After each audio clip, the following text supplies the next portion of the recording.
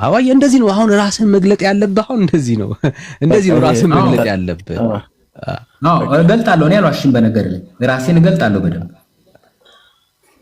አይ ዋሽተህ ነበር እኮ መጀመሪያ እኔ ነኝ ያስወረድኩት ወንድምና ቴንክ ዩ ሰላም ለእናንተ ይሁን እንዴት አደራችሁ ትክክለኛ ጥያቄ በትክክለኛ ሰዓት ጠየቀው መጽሐፍ ቅዱስን የእግዚአብሔር ቃል ነው ብዬ አላምንም አለ ስለዚህ የኢየሱስ ክርስቶስን አምላክነት እኛ የምናሳየው በአምላካችን በእግዚአብሔር ቅዱስ ቃል ላይ ነው እና እታቸውና ታፕ ኮፒ ሊንክ ሼር አድርጉ ወይ ቴንክ ዩ ወንድምነት እሺ ገላገልከን ያው ራሳቸውን ደብቀው ነው የሚመጡትና ጥሩ ነው ራሳቸው እንደዚህ ክሊር በሆነ መልኩ ስናገኛቸው አሪፍ ነው ያው ወንድምነት እንዳለው እግዚአብሔርን ቃል ማታምን ከሆነ እኛ ክርስቲያንን የእግዚአብሔር ቃል ኢየሱስ ክርስቶስ አምላክ እንደሆነ ያስረዳል ይናገራል እኛ ደግሞ ክርስቲያኖች ነን የእግዚአብሔርን ቃል አማኞች ነን እና አይዞ ማለት እንፈልጋለን እሺ ቸርነትና ምህረት ሰላም እንዴት ነህ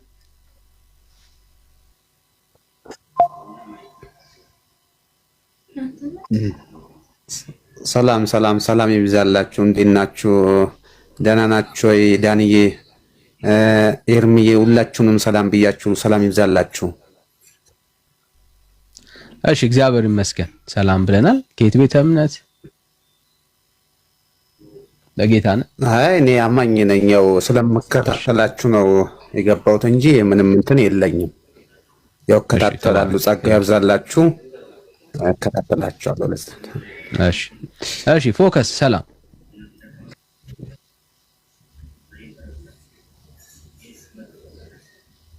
ፎከስ እሺ ኦርቶዶክሳውያን አላችሁ ኢየሱስ ክርስቶስ በእኛ ቤተክርስቲያን ይሰበካል ብሎ የሚያምን ኦርቶዶክሳዊ ማለት ነው ኢየሱስ ይሰበካል ብሎ የሚያምን ኦርቶዶክሳዊ ካለ በቤተ እምነታችን ኢየሱስ ይሰበካል እኮ ዝም ብላችሁ ነው በሐሰት የምትከሱን እኛ ቤት ኢየሱስ ይሰበካል የሚል ሰው ካለ ማስረጃ ብዙ አናጨላንቀውም ግን እንጠይቋለን የተወሰኑ ጥያቄዎችን እኔ ኦርቶዶክስ ነኝ እኛ ቤት ኢየሱስ ይሰበካል ብሎ የሚያምን ኦርቶዶክሳዊ ካለ አንድ ቁጥር ይጻፍልን አይኖ ስለ ኢየሱስ ለማውራት አቅም እንደሌላችሁ እናውቃለን ግን እንደው እቺ ክሌሟን በደንብ ማጥራት ስላለብን ነው እኛ ቤት ኢየሱስ ይሰበካል ይላልና ትውልዱ የእውነት የሚሰበክ የተሰበከ ኢየሱስ አለ እናንተ ጋር የምር የተሰበከ ኢየሱስ አለ ምን ተብላችሁ ተሰበካችሁ አስባችሁ እስቲ አሁን ኢየሱስ ተሰበከ ሲባል ምን ተብላችሁ ነው የተሰበካችሁት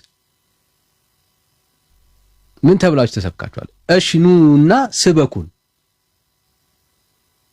የተሰበካችሁትን ኢየሱስን ይሄው ስበኩን እስቲ እሺ ሰላም ሻጊ እንዴት ነህ ሰላም ዳኒ እንዴት ናችሁ እግዚአብሔር ይባረክ ከየት ቤተ እምነት ከኦርቶዶክስ ተዋህዶ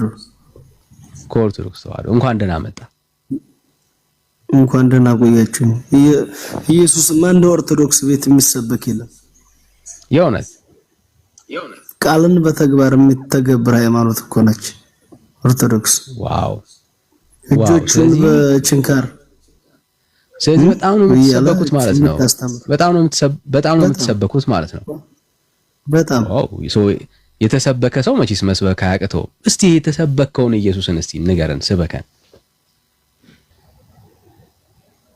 ክርስቶስ ለፍርድ ይመጣል ከኃጢአታችሁ ንስሐ ግቡ ጥርጊያውንም አቅኑ እያለች ነው የምታስተምረው ኦርቶዶክስ 24 ሰዓት አይ ስለ ኦርቶዶክስ አለም ንገረን ያለ ባይዘው የተሰበከውን ኢየሱስን ስበከን ያለ ስለ ኢየሱስ ክርስቶስ እናንተ ለስበካችሁ ችግር የለም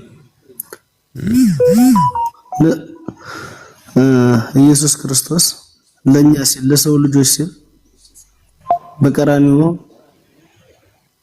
በመስቀል ላይ ተሰቅሎ አድኖናል ስለዚህ መልካም ስራ እየሰራን ንስሐ እየገባን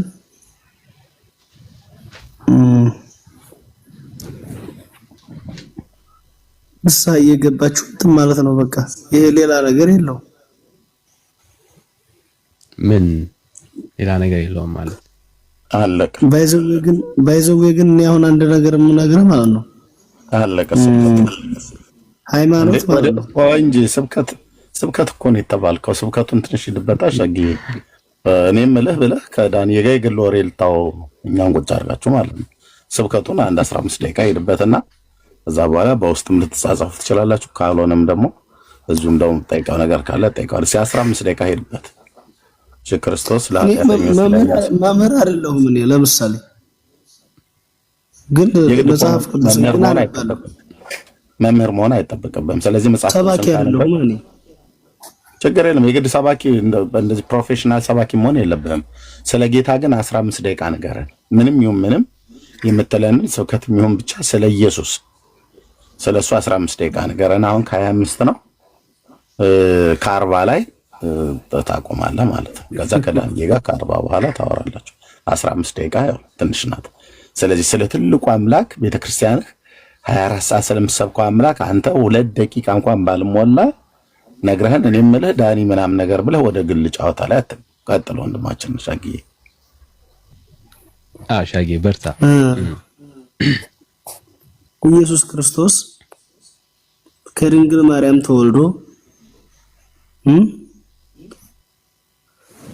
ዓለምን እንዲሁ ስለወደደ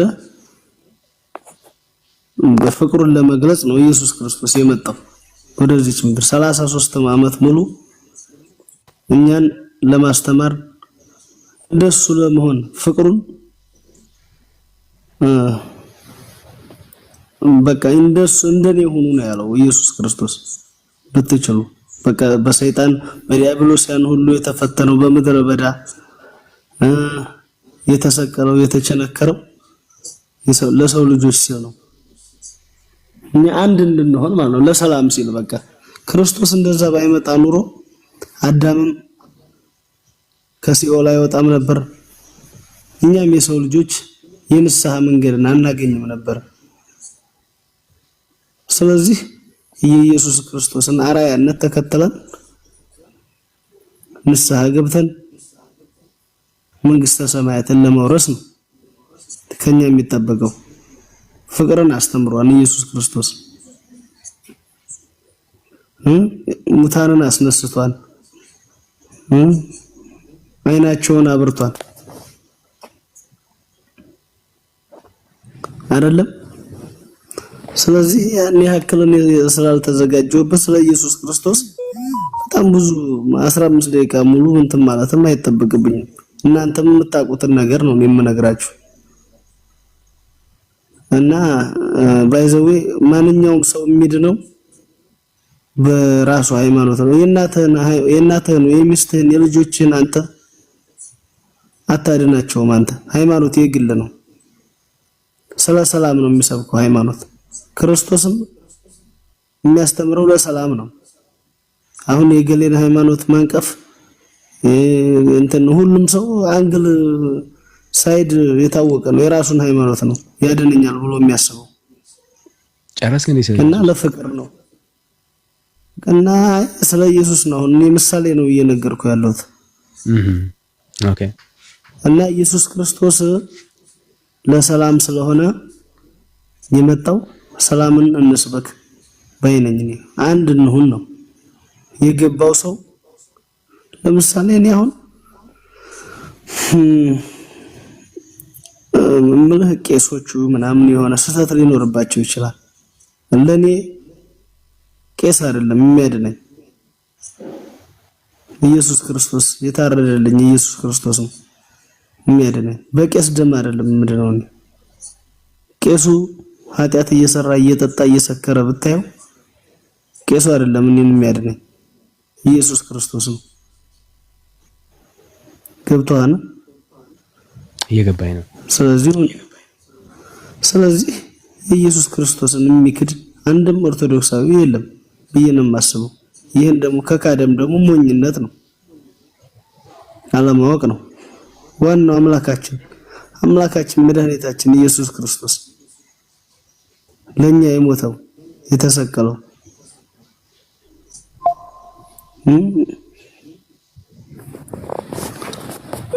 በትንቢት የመጣ እኮ ነው። እና ብቻ ይሄ ነገር አንደኛ ክርስቲያኖች ነን። ለምሳሌ አሁን በዓለም ላይ ሃይማኖት አሁን በህዝብ ቁጥር ብዛት አንደኛ ይሄው ክርስቲያን ነው አይደለ? ክርስቲያን ሲባል ደግሞ ሁሉንም ያጠቃልላል፣ ፕሮቴስታንትንም፣ ካቶሊክንም፣ ኦርቶዶክስንም ማለት ነው። ስለዚህ የሚያለያዩን የተወሰኑ ነገሮች ናቸው። እነዚህን ነገር ኦርቶዶክስን በመንቀፍ እኛ ክርስቲያኖች ነን ሁላችንም። ይሄ ፕሮቴስታንቱን በመንቀፍ አይደለም። ሁሉም ለራሱ ነው የሚድነው። ሃይማኖትን መተቻቸት አያስፈልግም ብዬ የማስብ ሰው ነኝ እኔ። እንደኔ ማለት ነው። እኔ አሁን የሰውን ሃይማኖት አከብራለሁ። የፈለገውን ይመን የፈለገው ሰው ከተረዳኝ በቃ የተረዳኝ አልኩት። ምክንያቱም እኔ ልጄ ራሱ ለምን የፈለገውን ሃይማኖት አይይዝ? እናቴ የፈለገችውን እኔ ለራሴ ነው የምጠየቀው። ለፍርድ በሚመጣበት ሰዓት ኢየሱስ ክርስቶስ ለምሳሌ ኢየሱስ አሁን ለምሳሌ ራእይ 22:12 ላይ እነሆ በቶሎ እመጣለሁ አለ። እያንዳንዱም እንደየሥራው መጠን ከፍል ዘንድ ዋጋዬ ከኔ ጋር አለ። አልፋና ኦሜጋ ፊተኛውና ኋለኛው መጀመሪያውና መጨረሻው እኔ ነኝ ብሏል። ስለዚህ እያንዳንዳችን እንደየሥራችን መጠን እንጠየቃለን። ለፍርድ በሚመጣበት ሰዓት ሙታን ሁሉ ይነሳሉ። ኃጢአት የሰራ በግራ ይቆማሉ፣ የጽድቅን መንገድ የሰሩ ደግሞ በቀኙ ይቆማሉ። እንደየሥራችን መጠን ፍርዳችንን እናገኛለን። ኃጢአት ሰርተን ከሆነ ወደ ሲኦል። አንተ ከየትኛው ጋር ነው የምትቆመው? ያንተ መቆም የስበሱ መምጣት ጊዜ በግራ ነው ወይስ በቀኝ ከሚቆሙ ተርታ ነው? እሱም የኃጢአተኛ ነፍስ ጻድቅ ነኝ መመጻደቅ አልፈልግም እኔ።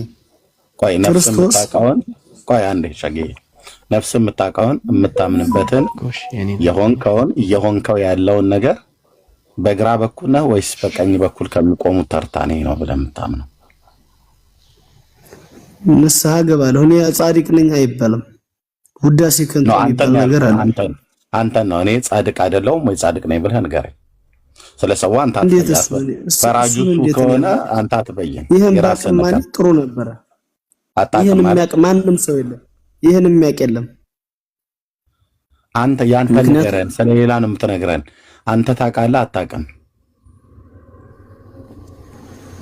እኔ እገባለሁ ብዬ ነው የማስበው። ለምሳሌ ነው ሁሉም ሲኦል እገባለሁ ብሎ ማስበው አይደለም፣ እንደምታስበው አይደለም የጠየኩህ። እርግጠኛ አይደለሁም። ማንም እርግጠኛ መሆን አይችልም። ለወደፊት ወራ ያንተን ንገረን። ስለማን ሸጌ ስለማንም አይደለም ትነግረን። በኋላ ስለማንም ትነግረናለህ። አንተ ተስፋ አለኝ እድናለሁ የሚል ተስፋ አለኝ። አሁን እኔ አላማዬ ወደፊት አሁን እኔ ያለሁበት ህይወት ማለት ነው በዓለም ላይ እየኖርኩ ስለሆነ ያለሁት ኃጢአት እሰራለሁ፣ ፈጣሪዬን አስቀይማለሁ። መልሼ ግን ንስሐ ገባለሁ፣ እድናለሁ። ጥቅም ላይ ያታለለኝ ለዋሽ ምናምን እችላለሁ። አሪል ነው የምናገረው።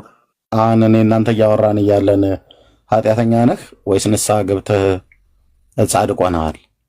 አሁን ማለት ጻድቅ እኔ ኃጢአተኛ ነኝ። እኔ ኃጢአተኛ ነህ። በዚህ ሰዓት አይበለው ጌታ አይበለውና በዚህ ሰዓት አሁን ብትሞት የት ነው የምትገባው? ንስሐ ገባሁኝ አሁን ብትሞት አልኩ። አሁን ማለት እያወራን ንስሐ ብገባ ትበለኝ። አሁን ቲክቶክ ላይ ነው እያወራን ያለው። እዚህ 380 ሰው ምናምን እየሰማ ነው፣ ከኛ ጋር እየተነጋገርክ ነው። አሁን ነው የምትሞተው። በዚህ ሰዓት እያወራን እያለ ጌታ ይበለውና ነፍስ ከስጋ ብትወጣ ወዴት ነው የምትሄደው ነው ያልኩ።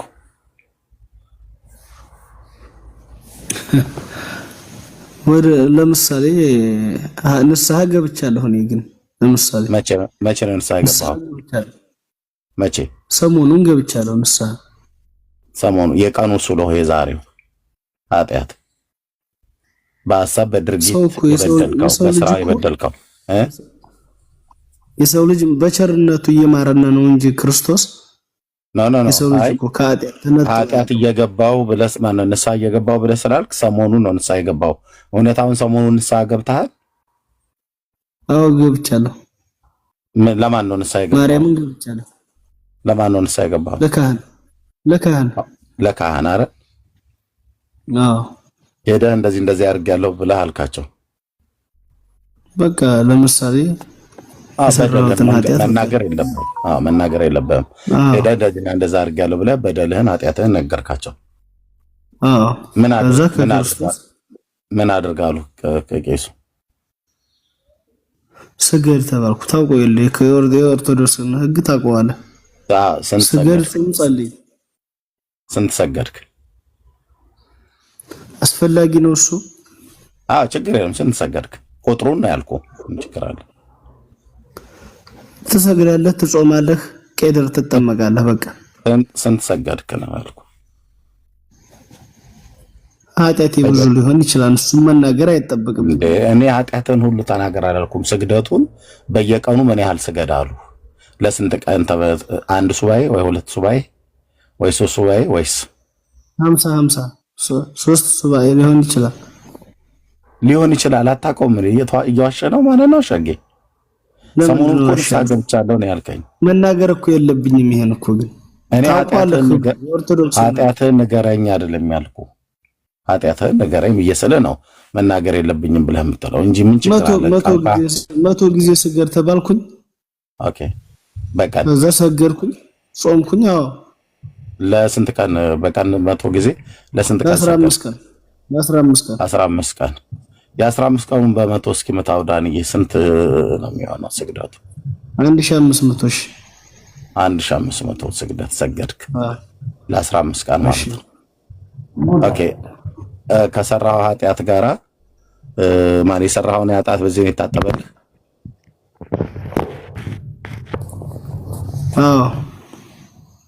ኦኬ ለምሳሌ ክርስቶስ ይቅር ባይ ነው። ተጸጸትኩኝ፣ እሱ መጸጸቱ ጥሩ ነው። ተጸጸትኩና ጸለይኩኝ፣ ከዛ ከኃጢአቴ ይቅር አለኝ ክርስቶስ። ኦኬ ስለዚህ ኃጢአትህን ይቅር እንዲልህ ስግደት ስገድ ብለዋል። መጸጸት ያስፈልጋል፣ ንስሐ መግባት ያስፈልጋል። እሱን ሁሉ አስቀምጦታል። የማቴዎስ ልናወራ ነው እንዴ ሸጌ? ልናወራ እኮ ነው ብዬ መለብራዘ አንድ እኔ ስግደቱ ላይ ነኝ ያለሁት። ኃጢአትን የግድ ንገረን ምን ነበረ? ጠጥተህ ነው ወይ ሰክረህ ነው ወይ? ነገሩ እንኳን እሱ እንትን አይደለም፣ ኃጢአት አይደለም። እዛ ኤኒዌይ ብቻ ኃጢአቱን ንገረኝ አላልኩም። ያን የሰራውን ኃጢአት ግን እንዲታጠብልህ በ15 ቀን ውስጥ በ2 ሳምንት ማለት ነው በ2 ሱባኤ ነው የተሰጠ 1500 ስግደት ሰገድክ። ኦኬ ይሄ መጽሐፍ ቅዱሳዊ ነው አይደል ወንድማችን? አዎ ነው። ቴንክ ዩ። የመጽሐፍ ቅዱስ ክፍል ሸጌ ኃጢአቱን በ1500 ስግደት እና በካህኑ እንደሰጠ በ2000 ሚው ለምን እንዲህ ቆይ አታቋርጥ። ኃጢአት ያዳነህ ኢየሱስ ክርስቶስ በቀራንዮ ተሰቅሎ ልትለይ ፈልገህ ነው። ይገባኛል። አታቋርጣኝ ብራዘር፣ አታቋርጣኝ። እንደ ቀድሞ እየተደማመጠን እናወራ ሸጌ። ኦኬ እንደ ቄሱ እንደመደበልህ ስግደት መጠን ኃጢአት እንደሚሰራይ መጽሐፍ ቅዱሳዊ ነው ይስልህ አዋልከኝ። አንድ ቀጥታ ምን አለው በስግደት ኃጢአት ይሰራያል ብሎ የሚለው የመጽሐፍ ቅዱስ ክፍል ነው የምትነግረን። በስግደት ኃጢአት ይሰራያል። ስትሰግድ ጌታ ኃጢአትን ይቅር ይልሃል። ስግደት ለምንድን ነው ይጠቅማል? ሳይሆን አድመጥ፣ አልጠይኩም። እኔ ፈጣሪ ማክበር አይደለም። እኔ ስጠይቅ ፈጣሪ ስግደት አይገባም። ሸጌ እየተደማመጠን ፕሊስ። እኔ ስጠይቅ ጥያቄ አትጠይቀኝ። አሁን አንተ እዚህ ላለ 400 ምናምን ሰው በስግደቴ 1500 ስግደት በ2 ሳምንት ውስጥ ሰግጃለሁ እና ይሄ ደግሞ መጽሐፍ ቅዱሳዊ ነው እየስለ አዋልከኝ። ስለዚህ ቄሱም ነግረውሃል። መቼም ንስሐ አባትህ ይህን ሁሉ ትምህርት ነው የሚያስተምረው። ስለዚህ አሁን በስግደት ኃጢአት ይሰራያል ብሎ የሚለውን የመጽሐፍ ቅዱስ ክፍል ንገረኝ። አልተረዳኸውም? አየህ፣ በስግደት አይደለም ኃጢአት፣ በኔ ጥረት አይደለም። ኃጢአቱ በምንድን ነው ታዲያ የተሰራ? የለም በመጸጸቴ በአንተ ጥረት ካልሆነ ይሄ ስግደት ምንድን ነው የጠቀመህ? 1500 ስግደት እየጸለይኩ ነው። ጸሎት እኮ ነው። ኦኬ በስግደት ጸሎት እየሰገድኩኝ ኃጢአተኛ ነኝ እባክህ ማረኝ ፈጣሪ እያልኩ እየሰገድኩኝ እሺ ኦኬ። በስግደት ጸሎት ነው አይደል ያልከው? እየሰግድክ እየጸለይክ እየጾምክ ፈጣሪህን የቱ ጋር ነው እየሰገዳችሁ ጸልዩ ወይ ደግሞ እየጸለያችሁ ስገዱ ብሎ የሚል ያለ? ለምንድን ነው አንተ የምታጣምመው? መጽሐፍ ቅዱስ እኔ አላጣመምኩም። መጽሐፍ ቅዱስ እያጣመምክ እኮ ነው ያለው አንተ። እየጸለያችሁ ያለ አንተ አሁን በሰው ፊት አሁን እኔን በሰው ፊት ምን አልኩ? በሰው ፊት አንተ አሁን ራስህን አሁን ወንጌል እንዲህ አይደለም ባይዘው ወንጌል የምትከራከረው እንዲህ አይደለም። ካሳዘነ ይቅርታ ተዋዋለሁ። ምንም ነገር አላልኩም። አንተን ወንድሜን የሚበድል ነገር እስካሁን አልተናገርኩም። የማይጠቅም ነገር ነው አሁን ለምን የማይጠቅም ነገር? አንተ ኃጢአት የተሰረየበትንና ንስሐ ገብቼበታለሁ ወደ እግዚአብሔር ተመልሼበታለሁ ብለህ ያልከውን መንገድ ለኔም እዚህ ለሚሰማም ህዝብ ነው አሳየን። ኃጢአትህን ለካህን አሳይ አይልም? ኃጢአትህን ለካህን አሳይ አይልም መጽሐፍ አይልም? የሚልበት ቦታ ካለ አንተ አሳየን። ኃጢአትህን ለካህን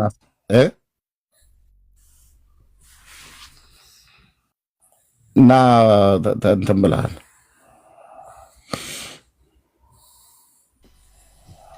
ሊያወጣው መሰለኝ ወንድምነት ጥቅሱን።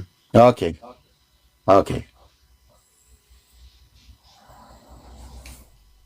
ህዝቡን እኮ ተጫወቱበት። በጣም ወገኖች እንኳን ደህና መጣችሁ። ሁላችሁንም ሰላም ብለናል። ወንድምነት ቤካ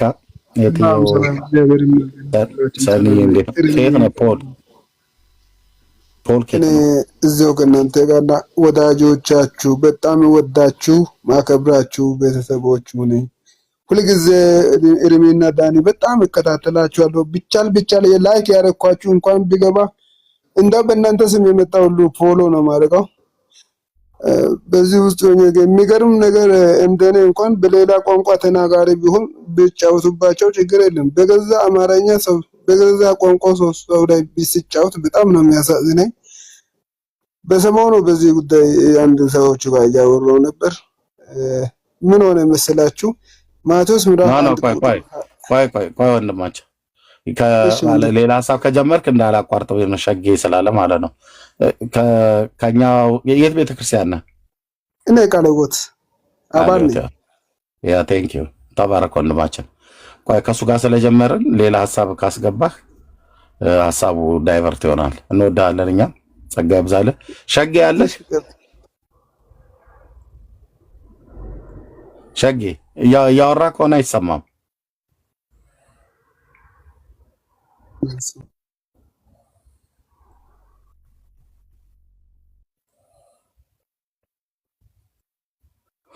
እሺ ወንድሞች እስከዛ ሰላም ይበሉ።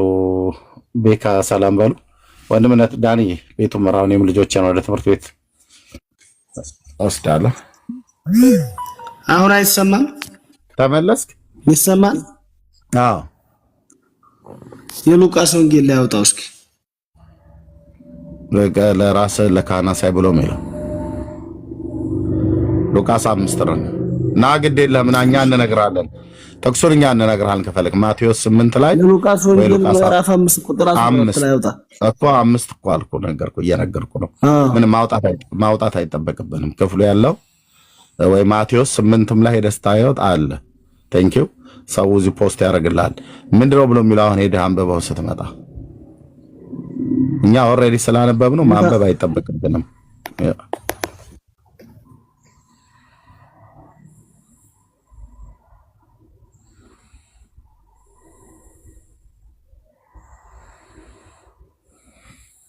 ና እዚህ ወንድምነት ይከፍትልሃል። ና ፊት ለፊት ላይ ይከፍትልሃል።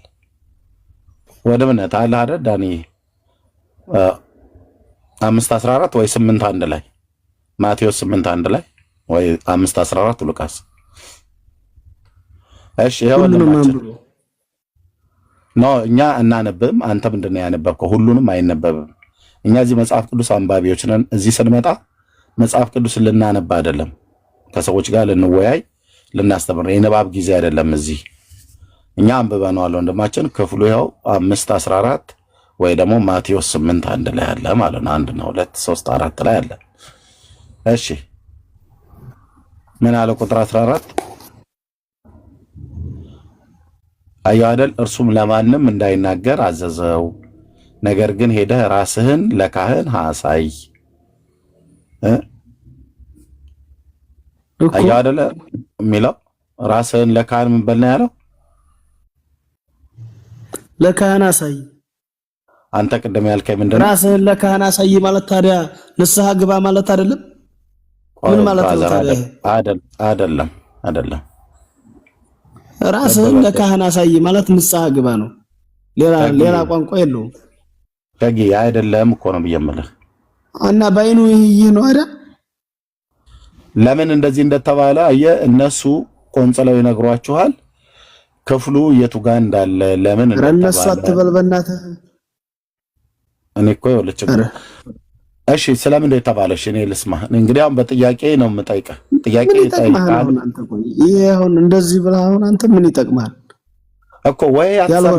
ወይ ደግሞ በቀንነት ልናስረዳ ስንል አይደለም ትላለህ። አይደለም ተሳስተሃል። ምን ያደርግልሃል? ቅንነት አይደለም የእናንተ እያጣመምክ ነው። ቅንነትማ ቢሆን እንደዚህ አይደለም።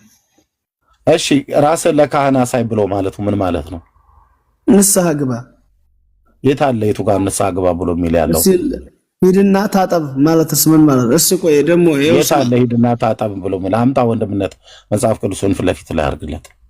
ኦሪት ዘሌዋውያን ላይ እስኪ ግባ። ዘሌዋውያን ስንት? ኦሪት ዘሌዋውያን ለምሳሌ ሙሴንና አሮንን እንዲህ ብሎ አዘዛቸው አለ። ኦኬ አትብሎ የተባሉትን ቆይ እስኪ አንዴ ላውጣለሁ። ኦሪት ዘሌዋውያን ሸጌ እስኪ ና ፕሊስ ና ቆይ ና ተመልሰህ ና። ጊዜያችን ዌስት እያደረክ ስለሆነ ሸጌ ና። እኛ በቀንነት ስንረዳ አጣማሚዎች ትለናለህ። ስንጠይቅህ ምን ያደርግላችኋል ብለህ ትላለህ። ጥቅሱን ትጠቅሳለህ። የጠቀስከውን ጥቅስ እንኳን በሙሉ አላብራራኸውም። ለምን? በአግባቡ አንብበኸዋል ወይ ገና ብዙ ወይ አላነበብከው። ስለዚህ ክፍሉ ምን እንደሚል ገና አልተረዳሁም። አነብላችሁ ነበር። እኛ ትልቁ ላይ አድርገን እናስነብብህና ትነግረናለህ ወይስ እኛ በቅንነት እንንገርህ? ለአንተ ማጣመም ነው የምትለው? ኦሪት ዘሌዋውያን ላይ ሲያወጣልኝ ምዕራፍ 11 ላይ ሙሉ በሙሉ እንንገርህ ወንድማችን። ሙሉ በሙሉ አይደለም። የክፍሉን ሐሳብ እዛ ቦታ ላይ ራስህ ለካህን አሳይ ብሎ የሚለውን እኛ ከመጽሐፍ ቅዱስ ከእግዚአብሔር ቃል ላይ ያንን ጌታ ለምን እንዳለው እና ምን ማለቱ እንደሆነ እናንተ ደግሞ አትብሉ የተባልናቸው ብለን የምንበላቸውና ማንበላቸው የታዘዝናቸው አመጋገቦች አሉ። አቤቱ ጌታዬ ወንድምነት ዳኒ ስለ ኃጢአት መንጻት እንዴት እኮ አሁን ስለዛ እኮ እየመጣሁልህ ነው። አልሰማኝ እኮ ስላልክ ነው። እሺ ንገረን። እሺ በቃ እንደ ቅድሙ እንስማሽ። ጎይድ ብሉና አትብሉ። ምንድነው አትብሉ? ምንድነው ብሉ የተባለው? የእንስሳት አሁን ለምሳሌ አሳማ አሁን ሸኮናቸው የተሰነጠቀና የሚያመሰካውን ብሉ ብሏል። ከእንስሳቶች ማለት ነው። አሁን እሪያ አሁን አሳማ ማለት ነው። አሳማ አሁን ሸኮናው ተሰንጥቋል፣ ግን ስለማያመሰካ በእናንተ ዘንድ ርኩስ ነው ይላል መጽሐፍ ቅዱስ። ገብቷል። በድናቸውን የነካ ይላል እስከ ማታ ይታጠብ ይላል። በድናቸውን እንኳን የነካ ማለት ነው። የሞቱትን ማለት ነው። የበላ እንኳን የበላ አይደለም። እነዛን የነካ እስከ ማታ ይታጠብ ማለት አሁን ይሄ ንስሐ ግባ ነው። ታጠብ ማለት ንስሐ ግባ ነው። መጽሐፍ ቅዱስ ንስሐ ግባ ታጠብ። ንስሐ መግባት ማለት ምን ማለት ነው?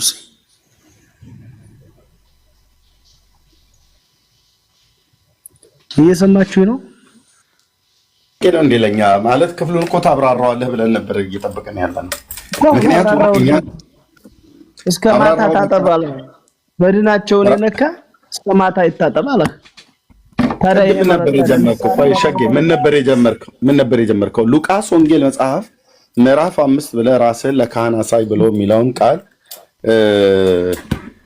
ጠቀስክልንና ልታነብ ሄድክ። እዚህኛ ፊት ለፊት ላይ መጽሐፉን አውጣለት አልኩት። አነበብከው? እሷ እኮ አጭር ናት እኮ። በቃ አሳይ። እንደዛ ነው። አሁን አንተ ምንድን ነው ያሳየው? ሄደህ ይሄ እዚህ ራስህን ለካህን አሳይ ብሎ ሲለው ጌታችን ኢየሱስ ክርስቶስ የሆነን ሰውዬ አሳይ ብሎታል። ሄዶ ምን ነበር ያሳየው? አንተስ ወደ ካህን ሄደህ ምንህን ያሳየው? ኃጢአቴን ነው። ኃጢአት ይታያል እንዴ? ካህን ያያል ኃጢአት መናዘዝ አትችልም? ኃጢአት ካህን ኃጢአትን ያያል ወይ? አዎ ስልጣን ተሰጥቶት። ኦኬ፣ እንዴት ነው የሚታየው? ስለዚህ ድንገት አመንዝረህ ከሆነ እያመነዘርክ አይተዋል ማለት ነው። ካህኑ ኃጢአቱ እዛ ጋር ስለሆነ እየሰራ ያለው ሰርቀህ ከሆነ እየሰረክ አይተዋል ማለት ነው ካህኑ አይደል? ካህኑ ማየት ስለሚችል ስልጣን ስለተሰጠው እና ድንገት እንደ ምሳሌ የምጠቅስልህ የሰራው ኃጢአት ዝሙት ቢሆን ስታመነዝር አይተዋል ማለት ነው ቄሱ። አሁን ለምሳሌ ለማለት የፈለግከው አንተ አሁን ከርዕስ እየወጣ አንተ ያልከው ነው የምልህ። ኃጢአት ይታያል ብለህ አልከኝ። ኦኬ፣ የሚታየው ኃጢአት ማንም እኩል አታውራ። ቢያንስ ጥያቄን እንኳን በደንብ ስማኝ ለመመለስ ማለት ነው። ካህኑ ጋር ሄጄ ኃጢአቴን አሳያለሁ አልከኝ። ኃጢአት ይታያል ብዬ ስልህ አዎ አልከኝ። ካህናት ኃጢአትን ያሉ ብዬ ስልህ አዎ አልከኝ። ለምን ነው እንጂ ይታያል እንዴ ብሎ ያይሃን እሱ ታዲያ እዚህ ጋር ራስህን ለካህን አሳይ ነው ብሎ ያለው ቃሉ ራስህን ለካህን አሳይ ነው ብሎ ያለው። አንተ ደግሞ ራስህን ብሎ የሚለውን ቃል አይልም አላልክም? ሳወጣልህ ዝም አልክ። ጠቅሱን ራሱ ጠቅሱን ራሴ እኔ ነኝ የነገርኩህ ወንድሜ። እሺ የሆነ ቃል ብናገርህ አንተ በእውቀትህ ከእኔ ትበልጣለህ። ኦኬ፣ ሰው ትንቃላችሁ ትላለህ። ስለዚህ ጴንጤ ጋር መታ እንደዛ አትበላ። እኔ ነኝ ያሳየው አትበለኝ። ጥቅሱን እኔ ነኝ የነገርኩህ እኮ በስነ ስርዓት ነው የማውቀው እኔ። ኦኬ፣ ካወቅከው አሁን ራስህን ለካህን አሳይ ብሎ ይላል አይደል? ሄደህ አንተ ለካህን ምንህን ያሳየኸው? ኃጢአትህን ትናዘዛለህ። ኦኬ፣ ይሄ ማለት እናንተ እኮ ቀጥታ በፈሊጥኛ እናንተ እኮ ብላለህ። ክሱን ተውና እስኪ ራስህን ችለህ ምን ነበር ሄደህ ለራስህ ለካህን አሳይ። ኦኬ፣ በዚህ ቃል መሰረት ኃጢአትህን ለካህን አሳይ። በቃ ሌላ የለውም። አማርኛ አይደለም የምነግርህ። ኦኬ፣ ኃጢአትህን ለካህን አሳይ። እሺ፣ ትልቁ ላይ አድርገህ ወንድምነት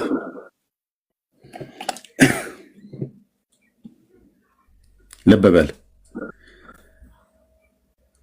እርሱም ለማንም ምንድነው እየሆነ ያለው?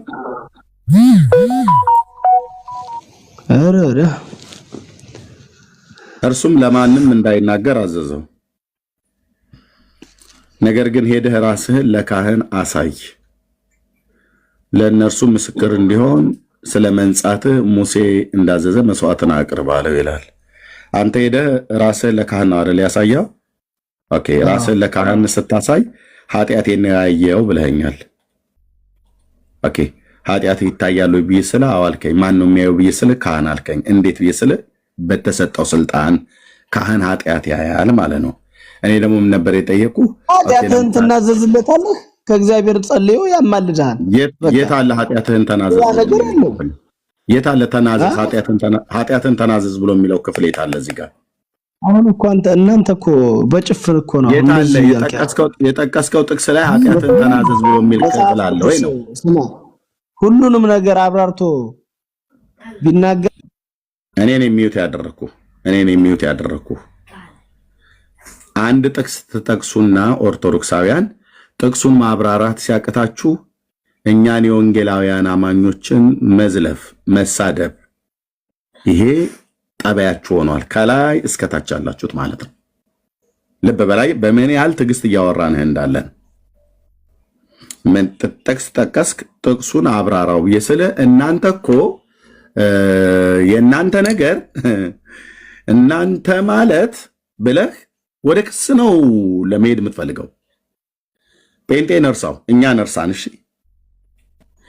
እዚህ ክፍል ላይ ኃጢአትህን ሄደ ለቄስ ተናዘዝ ብሎ የሚለውን ክፍል አሳየን ያልኩህ የጠቀስከው ጥቅስ የት አለ? ኃጢአትህን ለቄስ ተናዘዝ ብሎ የሚል አንተ ሄደህ ለቄሱ ተናዝዣለሁ ኃጢአትህን ለቄስ ተናገር ብሎ የሚለው ወይ ተናዘዝ ብሎ የሚለው ሄጄ ለኃጢአቴ ለቄስ ተናግሬያለሁ ብለህ ያመጣኸው ጥቅስ የሉቃስ ወንጌል መጽሐፍ ምዕራፍ 5 ቁጥር 14 ላይ ነው ወይ ደግሞ በማቴዎስ 8 ላይ ይሄው ክፍል ተጽፏል ማለት ነው። እና አሁን የምንፈልገው የማቴዎስ 8 ላይ ይታያል። ያው እንደዚህ ይላል እነሆም ለምጻም ቀርቦ ጌታዬ ብትወድ ስልጣን ጻይ ትችላለህ ብሎ ሰገደለት።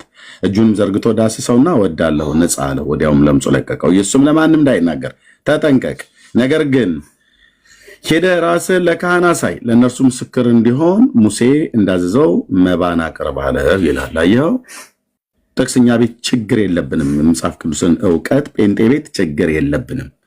ኦኬ አንተ የጠቀስከውን ጥቅስ ግን አሁን በደንብ የዚህ ክፍል ላይ የተጻፈው ነው ማርቆስ ሉቃስ ላይ የተጻፈው እሱን በደንብ ኃጢአትን ለቄስ ንገር ብሎ የሚል ብሏልና ቅዱስ ቃሉ በኃጢአቴን እንደ መጽሐፍ ቅዱስ ሄጄ ለቄሱ ነገርኩት ነው ብለህ የምትለኝ የት አለ ኃጢአትን ለቄስ ንገር ብሎ የሚል ክፍል ያለው? ያው ሉቃስ የጠቀስከውን እሱን ላምጣልህና እሱን ነገረን። ቴንክ ዩ ይሄው ልዙ እየሰማ ያሳዝንም እንዴ? ኦኬ የት አለ ኃጢአትን ለቄስ ንገር ብሎ የሚል እዚህ ክፍል ላይ? በዚህ ቃል መሰረት ሄደህ ኃጢአትን ለቄስ ከተናገር የት አለ ኃጢአትን ለቄስ ንገር ይላል እንዴ ክፍል? ዛሬ ብዙዎች ነፃ የምትወጡበትን ነገር ምን ነገራችሁ ከሰማችሁ ኦርቶዶክሳውያን የት አለ ኃጢአትን ለቄስ ንገር ብሎ የሚል? ሸጌ ማይክፈትና ንገረን ቃሉ የት አለ? ራስን ለካህን አሳይ ነው ብሎ ያለው። ራስን ለካህን ማሳየት ማለት ኃጢአትን ሄዶ ለቄስ መናገር ማለት ነው። ጌታችን ይህንን የጠቀሰው እስራኤላዊ ሰው አይሁዳዊ ሰው እንደመሆኑ መጠን ይሄም ሰው ደግሞ የተፈወሰው ሰው አይሁዳዊ ሰው ነውና ከለምጽ የዳነ ሰው ነውና ስለ ለምጽ ሕግ የቱ ጋር ምን ተብሎ ተጽፏል ብሎ የሚለውን ቅድም አንተ ዘሌዋውያን ላይ እንትን ከርከሮ አትብሉ ጃር አትብሉ ምናም ነገር ብሏል አይነት ነገር የምትነግረን ስለ እንስሶችም ስለሚበሉና ስለማይበሉ እንስሶች የሚናገርበት ክፍል ላይ አይደለም የመንጻት ሕግ የሚናገረው። ስለዚህ የቱ ጋር ነው ልልህ ነው። ራስን ለቄስ አሳይ ወይ ደግሞ ኃጢአትን ለቄስ ተናገር ብሎ የሚል የት አለ እዚህ ክፍል ላይ ወንድማችን?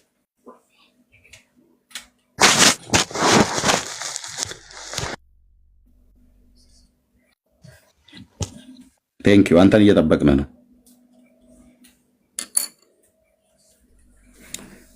ካልሆነ ላስወርድህ ነው ብራዘር። እዚህ መጽሐፍ ከፈትኩልህ አንተ ወደ ኋላ እንዳትደበቅ ነው። ካልሆነ ልናስወርድህ ነው። ሸግ ያለ እዚህ መጽሐፍ ቅዱስ የገለጥኩልህ አንተ እንደዛ ተደብቀ ጊዜያችንን አንተን ቁጭ ብለን ይሄ ሁሉ ቁጭ ብሎ አንተ ገና ሄደህ እዚህ ስትመጡ ነው መጽሐፍ ቅዱስን የምታነቡት። አንብባችሁ አትመጡም። የቱ ጋር ምን እንደሚል በደንብ በአግባብ አታዩትም። አየህ ይሄን ክፍል ጠቀሱልህ እንጂ ኃጢአትን ሄደህ ለቄስ ንገር ብሎ የሚል የለም። እኔ እዚህ መጽሐፍ ቅዱስን የገለጥኩልህ አንተ በየደቂቃው ሚዩት እያደረግ የት አለ ኃጢአትን ለቄስ ንገር ብሎ የሚል የት አለ? ራሱ ቅዱስ ቃሉ ነው ጌታችን የተናገረው ላይ አንተና መሰሎችህ ቄሶች ሁሉ ይጨምራሉ የአምላክ ቃል ላይ። ጴንጤ ግን የአምላክ ቃል ላይ አንጨምርም። የት አለ የጨመርከው ቃል? አሁን ሄደህ አድምጠኝ ሄደህ ኃጢአትህን የት አለ? ራስህን ነው ያለው። ራስህን እንጂ ለካህን አሳይ ያለው። አድምጠኝ ራስህን እንጂ ለካህን አሳይ ያለው። ኃጢአትህን ለካህን አሳይ አላለውም። አንድ ልብ በል። ኃጢአትህን ለቄስ ንገር አላለውም። ሁለት ራስህን ነው ለካህን አሳይ ያለው። እሺ ላስወርድህ ነው። ቻው እየተደበቅ ስለሆነ ማለት ነው። እታች ወረድ። መጽሐፍ ቅዱስ እዚህ ከፍቼልህ መቀለድ የለበትም። ስለዚህ እንደዚህ ናቸው ወንድሞች እናቶች። this is orthodox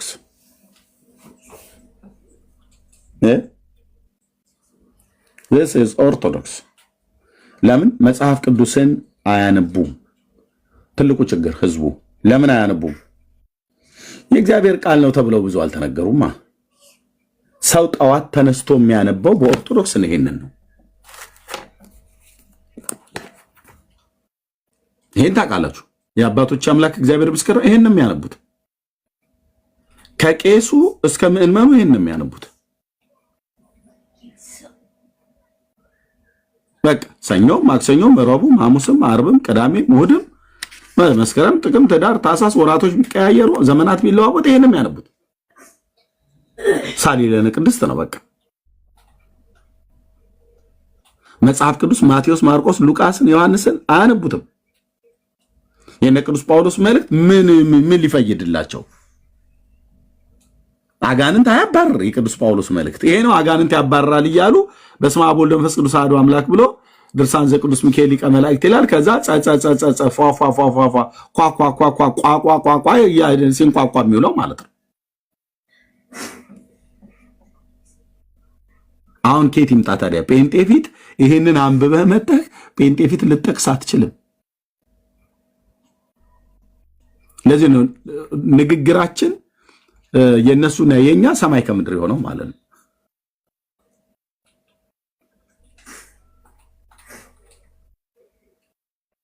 እዛ ጠዋት ስታነብ ኳኳኳ ያልከውን እዚህ መተህ ሯሯሯሯሯ ሷሷሷሷ እያልክ ጴንጤ ፊት መልስ አይሆንም። ለተጠየቀው ጥያቄ እነ ሷሷሷ እነ ቋቋቋ መልስ አይሆኑም።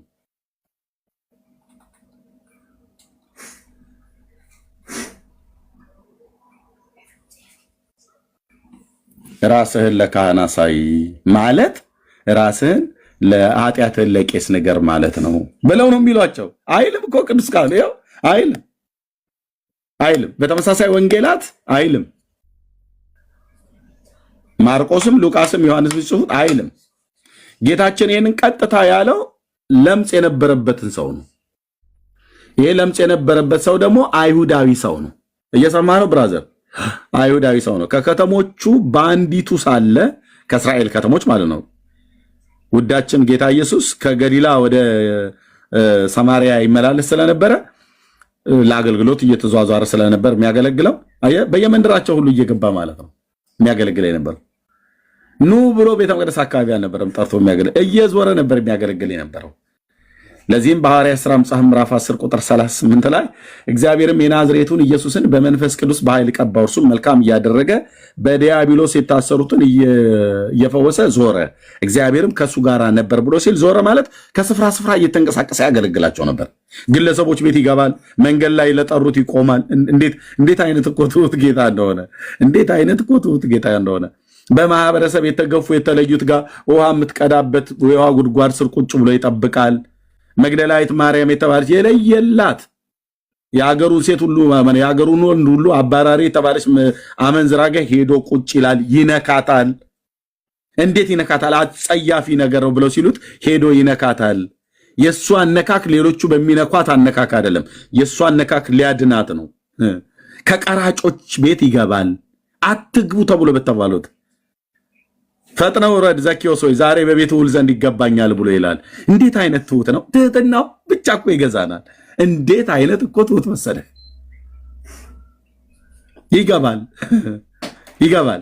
ማንም ዞር ብሎ ሰው የሌለውን ሰውዬ በመጠመቂያ ስፍራ ሄዶ እኔ አለው ይለዋል።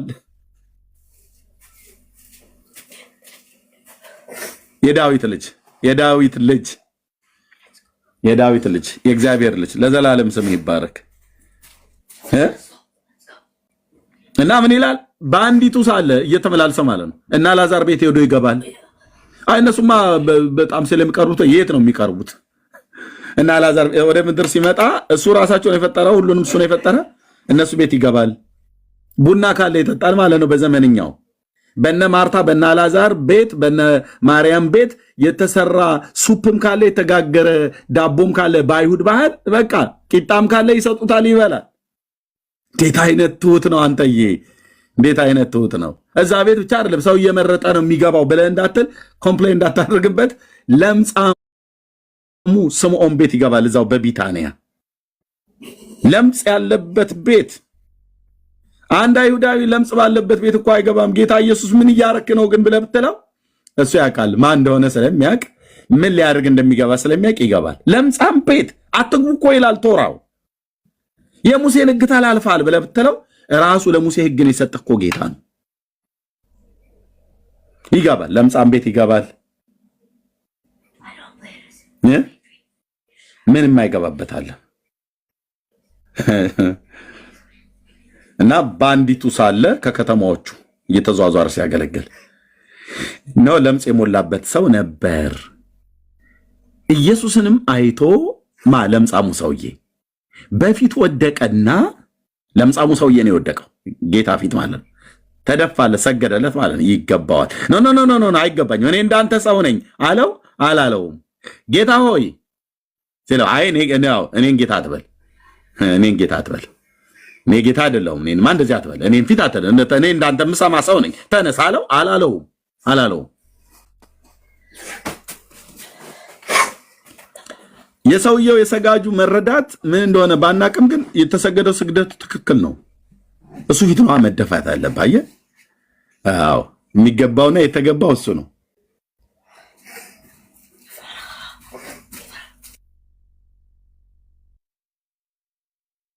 ብትወድ ስልታነጻኝ ትችላለህን ብሎ ለመነው። እጁንም ዘርግቶ ዳሰሰውና ኧረ አይነካም እንደዚህ ኧረ እንደው በእስራኤል አምላክ ለምጻም ሰው እኮ በእጅ መንካት አይገባም፣ ሕጉ አይፈቅድም። አይ ለኔና ላንተ ነው፣ ለሱ ግን ሕግ ሰጫችን ስለሆነ እና ሰው ሁሉ ሲያየው ምንድነው የሚያየው? ይሄ በቃ የሙሴን ሕግ እኮ የሚተላልፈው በሕጋችን አታነበውም? ዘሌዋውያን ዘጸአት ላይ ምናምን ነገር ብሎ ይላል። ተጽፏል እኮ በሚድባር ላይ ወይ ባሬም ላይ ተጽፏል ምናምን ነገር ብሎ ይላል አንድ አይሁዳዊ ሰውዬ። እዚህ ግን ይኸው የሚያደርገው እንዴት ለምጽ ያለበትን ሰው ይነካዋል? እንዴት ለምጽ ያለበት ሰው ቤት ይገባል? አትግቡ ብሎ የለን የሙሴ አትንኩ ብሎ የለን የሙሴ ብሎ ይላል። ምን መሆኑን የማያውቅ እሱ ማለት የሙሴ አምላክ ጌታ መሆኑን ያን የ33 ዓመት ወጣት ያልተረዳ ሰው ማለት ነው። እጁን ዘርግቶ ዳሰሰውና እወዳለሁ ንጻ አለው። ወዲያውኑም ለምጹ ለቀቀ። ከዛ ለምጹ ከለቀቀው በኋላ ሲታያችሁ ሄደ ኃጢአትህን ለቄስ ነው እንዴ ንገር ያለው አላለው። ራስህን ለካህን አሳየን ያለው። ራሱ ምን ነበረ? ቀድሞ ለምጻም ነበር፣ አሁን ለምጹ ለቀቀው። ለምጻሙን ሰውዬ ቄሱ አይቶት ነበረ፣ ከህዝብ ለይቶት ነበር። ኢየሱስ ጋር መጣና ለምጹ ለቀቀው። ለምጹን ካስለቀቀው በኋላ ሄደህ እንደዚሁ ያው የትናንትናው ጉደኛ ሰውዬ መሆንን ካህኑ ይልህ ካላየ ወደ ማህበረሰቡ መቀላቀል ስለማይችል አንድ፣ ሁለተኛ እንደ ሙሴ ሕግ ደግሞ መስዋዕትን ማቅረብ ስለነበረበት ትናንትና እዚህ ጋር ለምጻም ሆኖ በረዶ ነጭ ሆኖ ነበር ቄሱ ያየው፣ ካህኑ ማለት ነው። ከዛስ ጌታ ኢየሱስ ክርስቶስ ያገኘው እንደ ንጹህ ስጋ አረገዋ። እዛ በሌህን የነጻኸውን ሂድና አሳየው ለካህኑ። አንደኛ ካህኑ ሲያይ ይደነግጣል። ምን ነው? ምክንያቱም ካህኑ ካየ ለምጹ ይለቀዋል። ለምጹ ከለቀቀው የእስራኤል አምላክ እግዚአብሔር በዚህ ሰው ላይ ምሕረትንና ቸርነትን ፈውስን እንዳደረገለት ያውቃል። ከዛ ማን ነው ይሄንን ያደረገልህ ብሎ ይጠይቀዋል። እንዴት ሆነልህ? በምን ሰዓት ነው? ምን አድርገህ ነው? በቅጠል ጨቅጨቀህ ነው? በውሃ ታጥበህ ነው? ምናምን ነገር ብሎ ይጠይቀዋል። አይ እሱም አይደለም። እና ምን ይለዋል? ይሄ ሰው ሄዶ አንድ በመንገድ ላይ እየተመላለሰ ያለ አንድ ሰው አገኘሁኝ። ማን ነው ስሙ? አይ እኔ ከዚህ በፊት እኔ ስሙን ብዙ ሲጠራ ሰምቼው አላውቅም ነበር። የሺዋ ይባላል።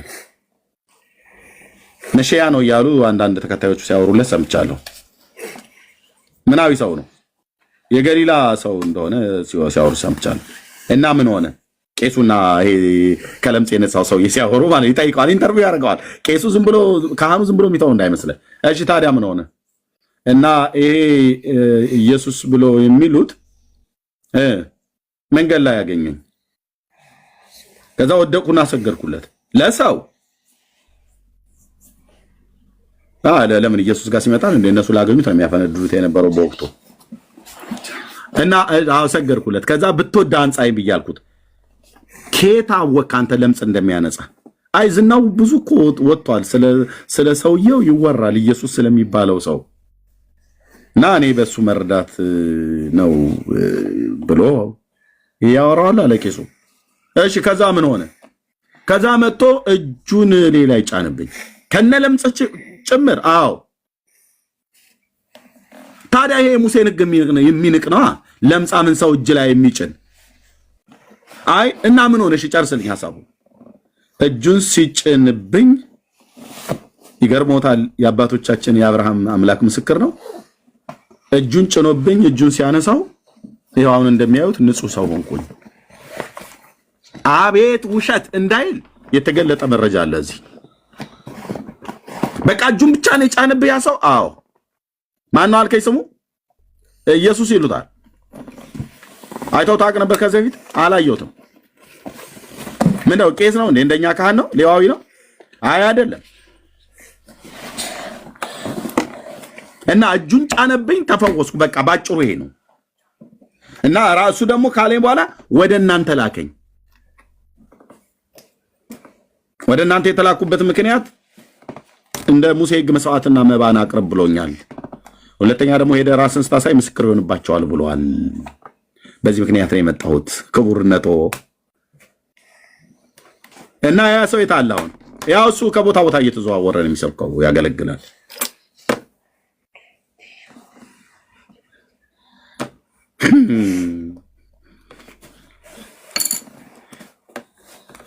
አይነ ስውሩንም እኮ አብርቶት እንደዚህ ነው ትቶት ከሱ ዞር አለ። እዛ ተመልሶ እንደሌላ ሰው ሆኖ ጠየቀው። ጌታ አይደለ አንተ አይንህን ስለፈወሰ ሰው ምን ትላለህ ብሎ አለው። እነሱ ምን ትላለህ ብሎ አሉት። አንተስ? በጌታም በእነሱም ኢንተርቪው የተደረገው ይፈውስህና ጌታዬ ይፈውሰንና ያድነንና ታሪካችንን ይለውጥና ውሻ የሆነ ጸባያችንን ይለውጥና መነጋገሪያ ያደርጋል ሰፈር ውስጥ። ማን አንተ? ኤርሚያስ። እኛ አናውቅህም እንዴ? ያው አብሮ አደጎች እንኳን እንትና ሲወራ አለፈው ላይ ሲያወራ የነበረው ከኔ ታናሾች እንኳን የሆኑት ሰፈር ውስጥ ኤርሚያስ ኃይለኛ ነው፣ ከዘራና ሽመሉን ካነሳ ቄሶች ይደበድብ ነበር፣ ይቀጠቅጥ ነበር፣ ተደብቆ በግልጥ ምናም ነገር ብሎ ይላል። በቃ ልክ ነበር፣ እንደዛ ነበር። አየህ፣ ያንን ሰው ግን እግዚአብሔር ማለት ነው አምጥቶ ታሪኬን ለዋጭ ያደርጋል። አስለቅሳለሁ እንጂ አታስለቅሰኝም ነበር። ወንዱ ኢየሱስ ግን ሲያገኘን፣ በጉ ኢየሱስ ግን ሲያገኘን ነካ ሲያደርገው ህይወታችንን በቃ እንዲሆነ እንቀረን። ይፈውስህና መነጋገሪያ ያደርጋል።